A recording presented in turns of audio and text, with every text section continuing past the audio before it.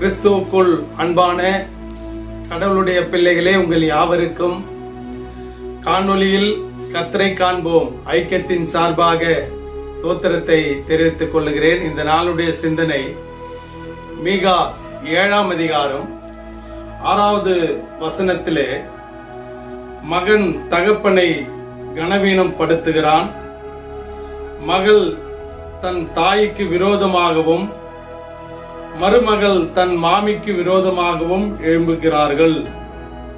மனுஷனுடைய சத்துருக்கள் அவன் வீட்டார்தானே.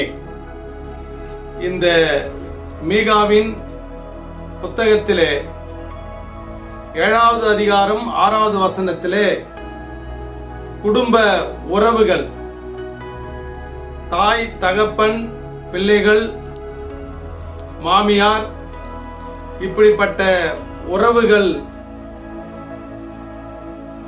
அன்பாக பாசமாக நட்பாக ஐக்கியமாக இருக்க வேண்டும் என்று இந்த வசனம் நமக்கு வெளிப்படுத்துகிறது. ஒரு காலத்திலே கூட்டு குடும்பமாக 20 பேர் 25 பேர் 10 பேர் வாழ்ந்த காலங்கள் எல்லாம் உண்டு. ஆனால் இப்போது குடும்பங்கள் குறுகி, பிள்ளைகள் திருமணமான உடனே பெற்றோர்களை விட்டு பிரிந்து அன்பை பெற்றோர்கள் மீது செலுத்தாமல், பெற்றோர்கள் பிள்ளைகள் மீது அன்பு செலுத்தாமல், அன்புக்கு இடமில்லாமல் குடும்ப உறவு கெட்டு நாசமாகி, பெற்றோர்கள் முதியோர் இல்லங்களிலும் பிள்ளைகள் அவர்கள் விருப்பம் போல் வாழ்ந்து கொண்டிருக்கிற காலகட்டத்திலே நாம் வாழ்ந்து கொண்டிருக்கிறோம். ஆகையினால் கிறிஸ்தவ வாழ்க்கை என்பது அன்பை வெளிப்படுத்துகிற வாழ்க்கை. கிறிஸ்தவ வாழ்க்கை என்பது உறவுகளை கட்டி எழுப்புகின்ற வாழ்க்கை.